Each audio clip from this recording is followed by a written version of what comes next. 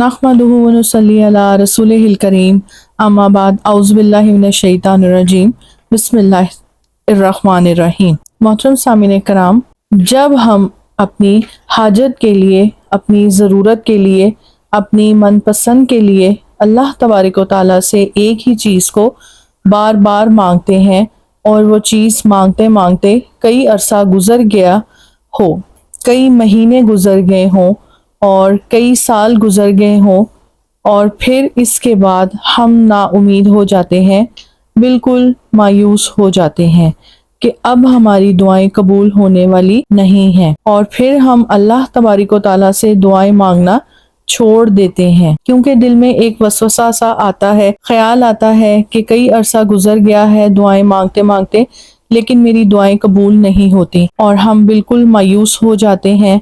तो याद रखें, आप मेरी ये बात गौर से सुने कि इंसान जो भी दुआ करता है अल्लाह तबारक व तआला इसकी दुआ को फौरन कबूल फरमाता है और ख़ुद अल्लाह रब्बुल इज़्ज़त कुरान मजीद में इरशाद फरमाते हैं, ऐ मेरे बंदो मुझसे दुआ करो, मैं तुम्हारी दुआ को कबूल करूँगा। तो दुआ उन अहम इबादात में है जिनका अल्लाह ताला ने अपने बंदे को हुक्म दिया है और फिर उसने इसकी कबूलियत का वादा भी किया है। तो दुआ अल्लाह के नज़दीक तमाम चीज़ों से बेहतर है। दुआ एक ऐसी इबादत है जिसके लिए ना कोई वक्त मुतय्यन है और ना कोई दिन मुतय्यन है।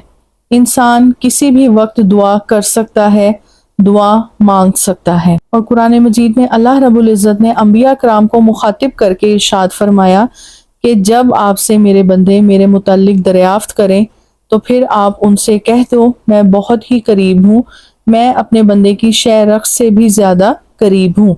जब कोई मुझे पुकारता है, मैं पुकारने वाले की पुकार को सुनता हूँ। तो दुआ कबूल करने वाला खुद ज़मानत दे रहा है कि दुआ कबूल की जाती है। इससे बढ़कर दुआ की और क्या अहमियत हो सकती है। इसी तरह आज बहुत से लोग नावाकफियत से कबूलियत दुआ का मतलब सिर्फ ये समझते हैं कि बंदे अल्लाह से जो कुछ मांगे वो उसको फौरन मिल जाए, अगर वो नहीं मिलता तो समझते हैं कि हमारी दुआ कबूल नहीं हुई। ये बहुत बड़ी गलत फहमी है। इंसान जो भी दुआ करता है अल्लाह तबारक व तआला उसकी दुआ को फौरन कबूल फरमाता है। इसलिए अल्लाह का ये दस्तूर है कि वो दुआ करने वाले बंदे को महरूम नहीं करेगा और कभी ऐसा होता है कि दुआ मांगने वाले को वही अता करता है जो उसने दुआ में मांगा और कभी इस दुआ के बदले आखिरत की नेमतें अता करता है, तो वो इस दुआ के लिए ज़ख़ीरा आखिरत बन जाती हैं। और कभी ऐसा होता है कि दुआ करने वाले बंदे पर आफात और मुसीबतें नाजिल होने वाली होती हैं, तो फिर अल्लाह तबारक व तआला उस दुआ की बरकत से आने वाली मुसीबतों को रोक देता है और उससे हमें पता चला कि इंसान की कोई भी दुआ ज़ाया नहीं होती। तो इंसान जो भी दुआ करता है अल्लाह ताला उसकी दुआ को फौरन कबूल फरमाता है। मोहतरम सामीन इकराम, अल्लाह रब्बुल इज़्ज़त और उसके बंदे के दरमियान मजबूत ताल्लुक कायम होता है तो वो सिर्फ और सिर्फ दुआ के ज़रिए होता है।